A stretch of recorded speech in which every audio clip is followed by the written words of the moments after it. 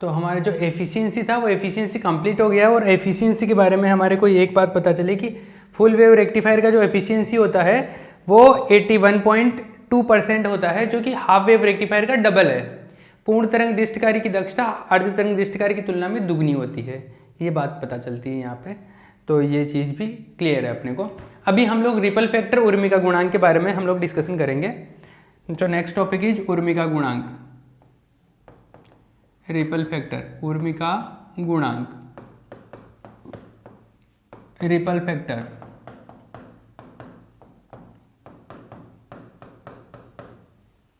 उर्मिका गुणांक, ripple factor, इसको small R से रिप्रेजेंट करते हैं, ठीक है।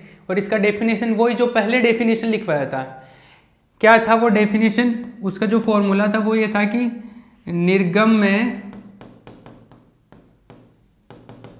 प्रत्यावर्ती घटक का प्रभावी मान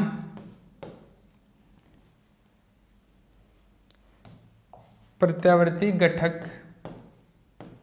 का प्रभावी मान या प्रभावी घटक अपॉन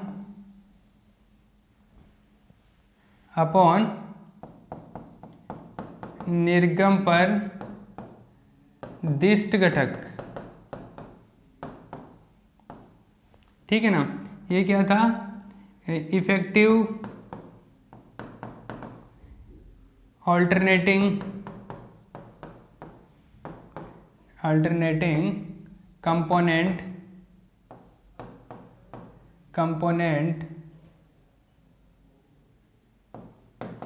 एट आउटपुट, और ये था निर्गम पर दिष्ट घटक, डायरेक्ट कंपोनेंट एट आउटपुट, ये था। ये एसी का होता है, चाहो तो आप इसकी डेफिनेशन लिख लो। निर्गम में प्रत्यावर्ती घटक का प्रभावी मान, निर्गम पर या निर्गम पर प्रत्यावर्ती घटक का प्रभावी मान तथा निर्गम पर दिष्ट घटक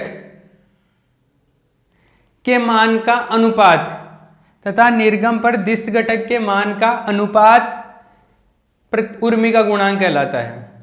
निर्गम पर दिष्ट घटक के मान का अनुपात उर्मिका गुणांक कहलाता है। सेम डेफिनेशन पहले वाले भी लिख सकते हो, मीनिंग सेम रहना चाहिए, लैंग्वेज वर्ड्स आगे पीछे हो जाए कोई प्रॉब्लम नहीं है। इंग्लिश में लिख लो, the ratio of effective alternating component at output, the ratio of effective alternating component at output and direct component at output at output is known as ripple factor, तो आर जो था वो ऐसे था IAC अपॉन IDC, या आप इसको VDC upon VAC भी लिख सकते हो। मैंने बोला था कि फिल्टर में हम लोग कई जगह पर VAC अपॉन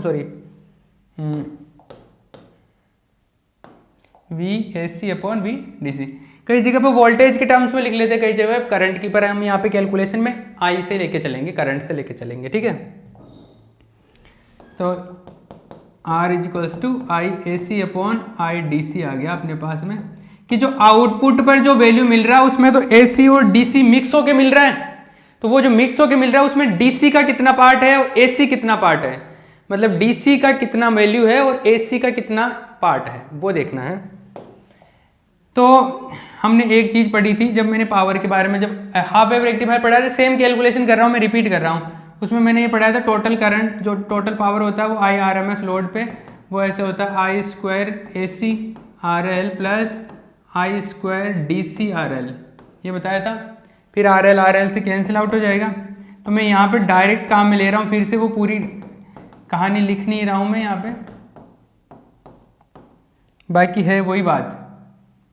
यहाँ पे मुझे IAC अपॉन DC चाहिए, तो AC अपॉन DC, तो DC से डिवाइड कर दो, DC स्क्वायर से डिवाइड कर दो, तो DC स्क्वायर से मैं अगर डिवाइड कर दूँ दोनों तरफ, तो इसमें आएगा I² AC upon I² DC, ये हो जाएगा 1, I² DC से डिवाइड करने पर ये आएगा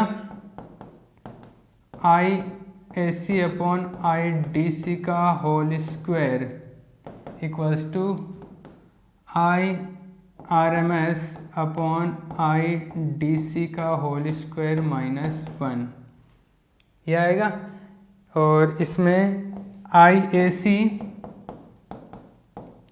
upon I D C is equals to root of I R M S upon I D C का स्क्वायर -1। एक वैल्यू तो ये मिला इक्वेशन नंबर 1, दूसरा वैल्यू ये मिला इक्वेशन नंबर 2।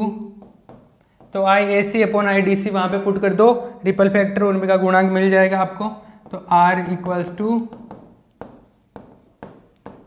अतएव R इज इक्वल्स टू क्या मिलेगा, I R M S I D C का होल स्क्वायर -1 ये मिलेगा। और ये जो वैल्यू आया है R का वैल्यू जो आया है वो आया अपने पास में क्या, आई आर एम एस का वैल्यू जो है, एक second, I R M S का वैल्यू लिख देता हूँ मैं। आई आर एम एस का वैल्यू कितना होता है, आई एम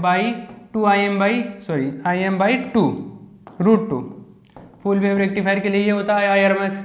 और आई डी सी का जो वैल्यू होता है, आई डी सी का वैल्यू होता है 2 आई एम बाई पाई, ये वैल्यू होता है। तो दोनों का वैल्यू पुट कर दो भैया। ये R का जो वैल्यू आएगा, R का वैल्यू आएगा, ये आई आर एम एस का वैल्यू ये आ जाएगा I am square by 2 divided by, ये इसका वैल्यू रखो, ये एक सेकेंड मैं एक साथ पहले वैल्यू रखता हूँ। ये आएगा I M by root 2, I D C का 2 आई एम इंटू पाई, ये पाई नीचे जाएगा ऊपर ले गया, इसका स्क्वायर हो जाएगा -1 ये आएगा।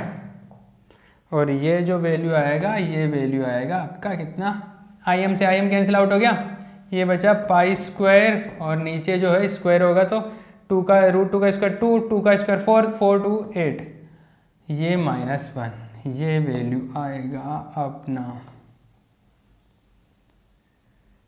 करेक्ट है। तो आप पहले सबसे पहले कहाँ से कहाँ तक छापोगे, आप ये छाप लोगे, फिर यहाँ से मैं पॉज करूँगा, यहाँ पे यहाँ तक छाप लोगे इक्वेशन नंबर 2 तक, और फिर इक्वेशन नंबर 2 से आप यहाँ से यहाँ तक छाप सकते हो, ठीक है।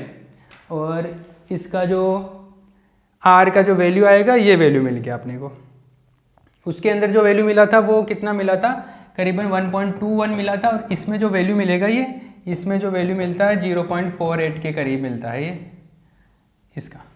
ये 8 माइनस करोगे पाई स्क्वायर -8, पाई स्क्वायर -8 क्या होगा, पाई स्क्वायर 9 पॉइंट समथिंग होता है, 9 पॉइंट समथिंग में से 1 गया तो 8 गया तो ये 1 पॉइंट समथिंग बचेगा, 1 पॉइंट समथिंग में इससे 8 से डिवाइड करूँगा, फिर रूट लूँगा, जो भी आएगा ये आ जाएगा।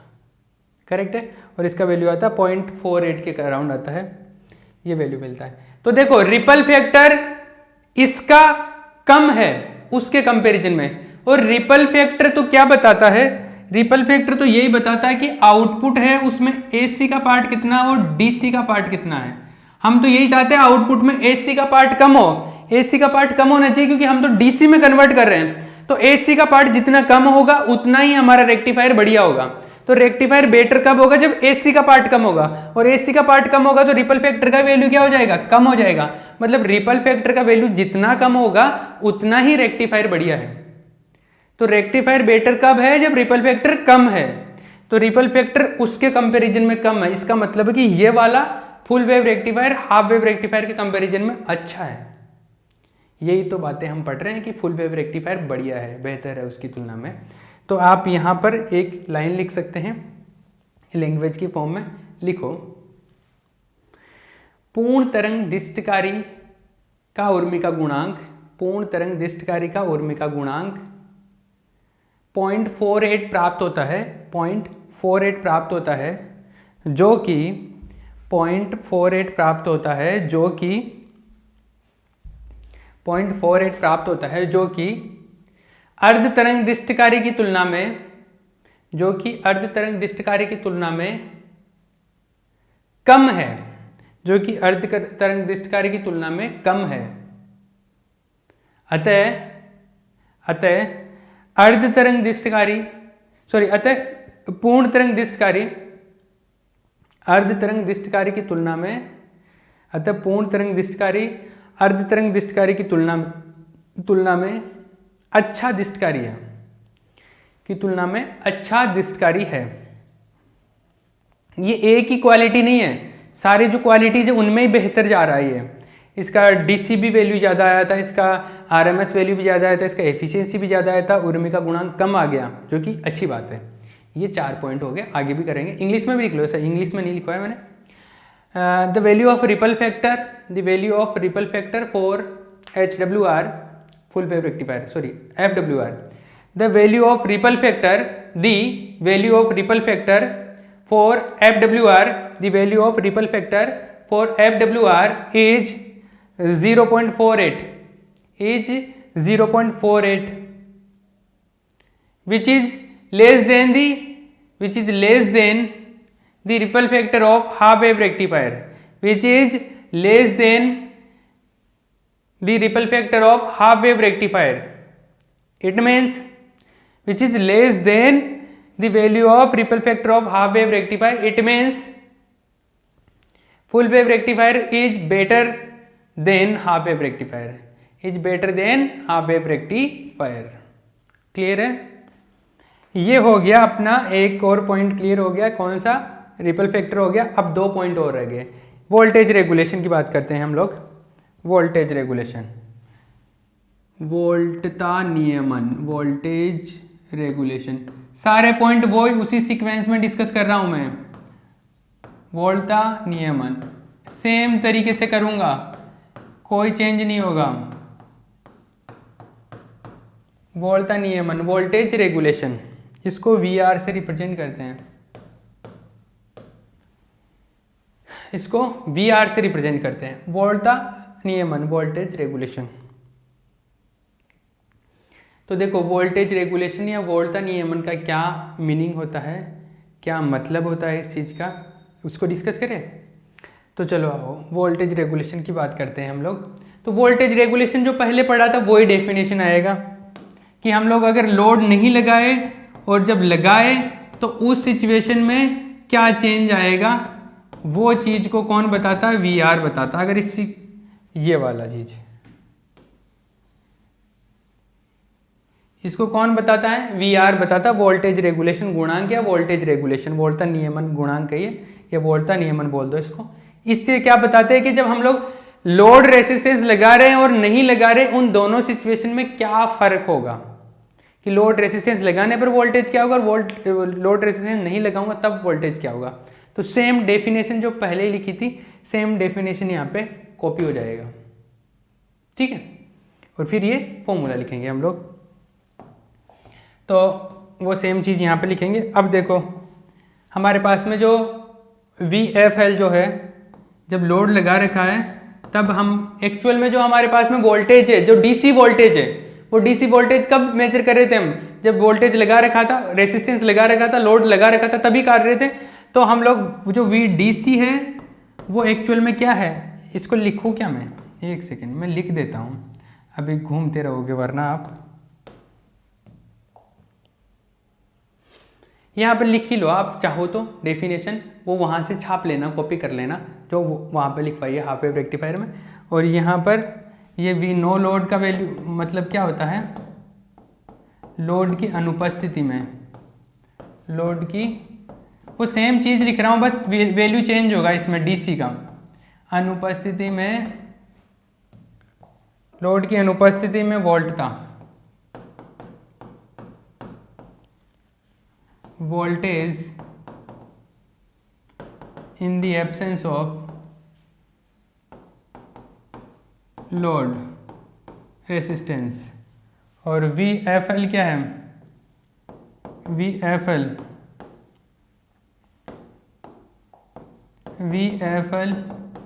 लोड की उपस्थिति में, लोड की उपस्थिति में वोल्टता, voltage in the presence of load, ठीक है, in the presence of load. तो VNL और VFL। अब देखो हमने जो बैटरी लगा, ये तो हो गया। अब इसको आगे कंटिन्यू करते हैं। यहाँ पे छाप लेना, किसी को छापना हो तो। वो जो DC है, हम लोग जो VDC लिखते थे, वो VDC कितना आया था? VDC आया था अपने पास में VM/पाई R+RL इंटू RL और ये 2, ऐसा आया था आई थिंक, है ना। तो ये कब आया था? जब लोड लगा रखा था तभी आया था ना। और नो लोड का मीनिंग क्या है? नो लोड का मीनिंग मैंने तब भी समझाया था, अभी फिर से समझा रहा हूँ। नो लोड का मीनिंग है RL इक्वल्स टू जब इन्फिनिटी हो तब। सही है ना, पहले भी बोला था। इसीलिए मैं इस डेरिवेशन पे इतना फोकस नहीं कर रहा, उसको मैंने बहुत धीरे धीरे बताया था ताकि यहाँ पे काम में आएगा। अब देखो VDC कब है? जब लोड लगा रखा तब। लोड लगा रखा मतलब ये एक्चुअल में क्या है? VFL ही है, ये फुल ऑफ लोड ही है, VFL ये है, ठीक है ना। लेकिन इससे पहले जो डायग्राम हमने एक सर्किट का एक सेकेंड इसको हमने ऐसे लिखा था। अगर मैं 2VM/पाई इसमें RL/R+RL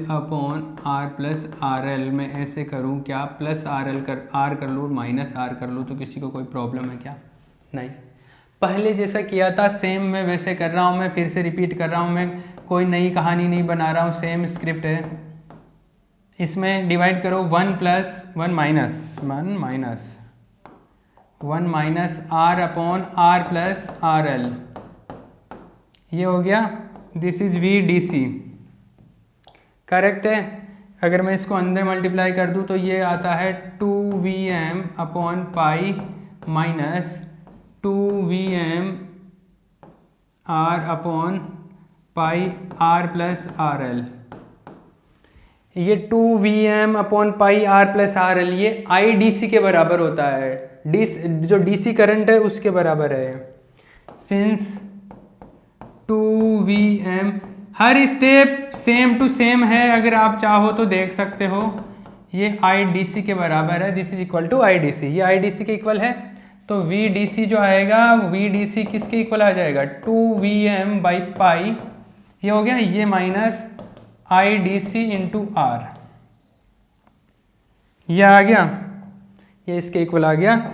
इसको मैं थोड़ा सा अच्छे से लिख दूं ऐसे, माइनस R, ये वाला टर्म पहले लिख रहा हूँ, IDC प्लस 2VM/पाई। ये सब कांस्टेंट है, ये मैक्सिमम वैल्यू है, ये कांस्टेंट है। तो ये ऐसा है y = mx + c। तो ये इक्वेशन सरल रेखा का समीकरण हो गया, एक तरीके से स्ट्रेट लाइन का इक्वेशन हो गया। और इसके हिसाब से अगर मैं कोई कर्व बनाऊं, कर्व किसके किसके बीच में? y पे, y एक्सिस पे VDC और x एक्सिस पे IDC। तो देखो कांस्टेंट का वैल्यू क्या है? ये है, ये जो जहां पर इंटरसेक्ट है ना, ये जहां पर C कट करता है वहां पे, तो ये पॉजिटिव है, तो ये यहाँ पे कहीं पे यहाँ पे कट करेगा। मान लो 2VM/पाई यहाँ पे कट कर रहा है। और स्लोप देखो इसका -R के इक्वल है, मतलब नेगेटिव स्लोप है। तो स्ट्रेट लाइन का नेगेटिव स्लोप का मतलब है इस तरीके से जाएगा। क्लियर है? ये इसका ग्राफ ऐसे बनता है। वैसे तो हाफ वेव रेक्टिफायर में बनाया था, इसलिए मैं इसका ज़्यादा डिटेलिंग नहीं कर रहा, सेम ही कॉपी है। वहाँ पर बस एक चीज़ नहीं आ रही होगी, वहाँ पे यहाँ पे 2 नहीं आ रहा होगा, बाकी सब सेम था, ठीक है। क्योंकि वहाँ पर आधा मान था, यहाँ पे डबल हो जाता ना VDC IDC, तो ये 2 आ जाता है यहाँ पे, ये आ गया। ये तो इसको चीज़ को एक्सप्लेन कर रहा था। लेकिन अभी हम लोग जो बता रहे थे VFL और V नो लोड की कंडीशन की बात करें, तो सिंस जो हम लोग जो DC की बात करते हैं, DC जो हमने लिखा वहाँ पे VDC, और VDC क्या लिखा? VDC लिखा 2VM/पाई R+RL/RL, ये था VDC। तो मैंने बोला कि VDC ये कब है? जब RL लगाया हुआ है। जब RL लगाया हुआ है तो जो वोल्टेज है उसको हम लोग फुल FL बोल रहे हैं। जब लोड की उपस्थिति में VFL बोल रहे हैं, फुल ऑफ लोड, ठीक है ना, ये है। तो ये इस तरीके से, इसको मैं कुछ इक्वेशन नंबर, इसको कुछ ए बोल दूँ तो कोई प्रॉब्लम है नहीं। अब देखो इसी को हमने अगर इसके अंदर अगर मैं नो लोड की कंडीशन की बात करूं, नो लोड की कंडीशन की, तो नो लोड के लिए फॉर नो लोड, या मैं ऐसे बोलूं लोड की अनुपस्थिति में, लोड की अनुपस्थिति में in the absence of load, in the absence of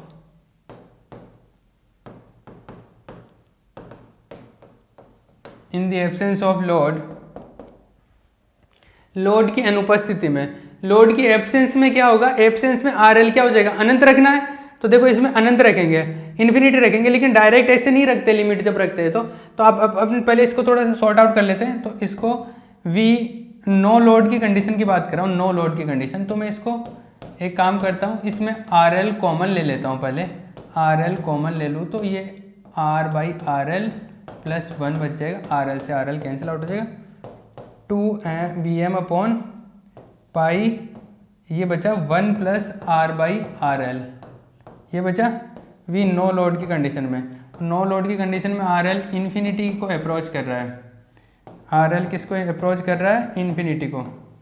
तो देखो यहाँ पर आर एल का वैल्यू जैसे मैं इन्फिनिटी रखूँगा ये 0 हो जाएगा, क्या ये 0 हो जाएगा, और वी नो लोड की जो केस है वो आ जाएगा 2 वी एम अपॉन ये 0, तो 0 प्लस 1 1, ये पाई आ जाएगा यहाँ पे, ये बी आ गया। ए और बी का वैल्यू जो है, ये ए का वैल्यू आ गया नो लोड का, ये फुल लोड का, ये सारी चीज़ें आप कर लिए होंगे। अब इसमें वैल्यू रखना है मुझे, किस में, मुझे वैल्यू रखना इसके अंदर, इसको मैं कुछ इक्वेशन नंबर 1 लिख देता हूँ, कोई प्रॉब्लम है, 1 में ए और बी से वैल्यू पुट कर देते हैं। तो from 1 A and B, from 1 and B, from 1 A and B, देखो वी आर जो आया, V of R, V of R क्या आया, V no load, no load की कंडीशन में तो 2 वी एम बाई पाई है ही, minus full load, full load की कंडीशन में 2 V M by pi R L upon R plus R L, और ये नीचे full of load, full of load तो ये है ही 2 V M upon pi R L upon R plus R L, ये आ रहा है, करेक्ट है।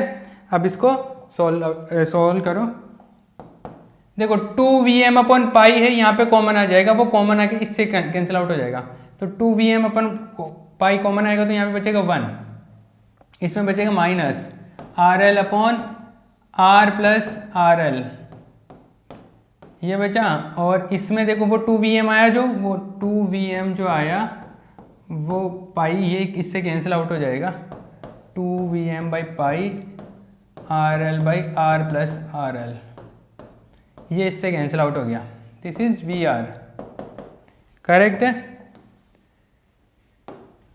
अभी देखो वी आर जो है वो आएगा 1 माइनस, इसका एलसीएम ले लूँ क्या ऊपर, एलसीएम लूँगा तो ये आएगा आर प्लस आर एल, इधर से minus R L upon R plus R L, और from this side R L upon R plus R L, ठीक है।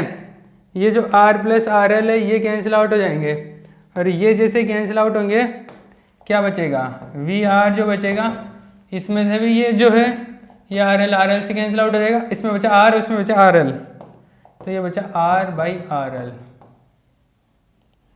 ये वोल्टा नियमन का मान आ गया, वोल्टेज रेगुलेशन फैक्टर आ गया एक तरीके से, ये कुछ नहीं है, सिंपल सा कैलकुलेशन है, वैल्यू सेम आया है जैसा हाफ वेव रेक्टिफायर में आया था उतना ही आया था। जब मैंने हाफ वेव रेक्टिफायर पढ़ाया था तब भी मैंने बोला था कि फुल वेव रेक्टिफायर में भी यही वैल्यू आएगा, वहाँ पे देख लेंगे, ऐसे बोला होगा, ये आ गया यहाँ पे। तो आप यहाँ पे लैंग्वेज लिख सकते हो, देखो ये हो गया था आपका, यहाँ पे पॉज कर लेना और छाप लेना, और फिर यहाँ से छाप लेना। तो आप यहाँ पे लैंग्वेज लिखना, यहाँ तक कॉपी करने के बाद में आप लैंग्वेज लिखना है, क्या लिखोगे आप, लिखना कि क्या मतलब, आपको लिखना है कि पूर्ण तरंग दिष्टकारी के लिए पूर्ण तरंग दिष्टकारी के लिए भी वोल्टा नियमन का मान अर्ध तरंग दिष्टकारी के समान, पूर्ण तरंग दिष्टकारी के लिए भी वोल्टा नियमन का मान अर्ध तरंग दिष्टकारी के समान R/RL प्राप्त होता है। R/RL प्राप्त होता है। अर्ध तरंग दिष्टकारी के समान R/RL प्राप्त होता है। Hence इंग्लिश में लिख लो, hence the value of voltage regulation factor, the value of voltage regulation factor in full wave rectifier is same as the half wave rectifier,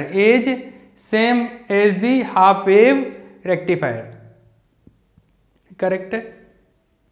ये पॉइंट क्लियर हो गया। अब जो नेक्स्ट लेक्चर आएगा, नेक्स्ट लेक्चर के अंदर इसका PIV वैल्यू डिस्कस करेंगे। एक तो PIV वैल्यू उसका डबल होता है। ये सारी चीजें अच्छी थी इसके अंदर, एक चीज खराब होती है, वो होता है PIV1।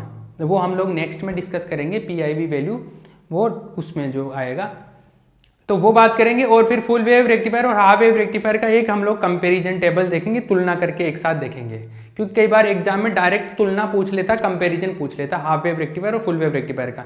तो जब कंपैरिजन पूछे तो हम लोग डायरेक्ट कंपैरिजन ही करेंगे, ये फालतू ये कहानी नहीं करेंगे अलग अलग ऐसे इतना solve. Direct point two point बात करेंगे कि इसकी दक्षता इतनी है, इसकी एफिशिएंसी इतनी, इसका रिपल फैक्टर इतना, इसका रिपल फैक्टर इतना, इसका ये टेबल फॉर्म में, टेबुलर फॉर्म में लिख देंगे हम लोग। क्लियर है। तो नेक्स्ट लेक्चर के अंदर एक तो इसका प्रॉपर्टी बच गया PIV, और एक और मैं पॉइंट के बारे में डिस्कस करूंगा, और फिर हम लोग कंपैरिजन करेंगे। ठीक है, ओके।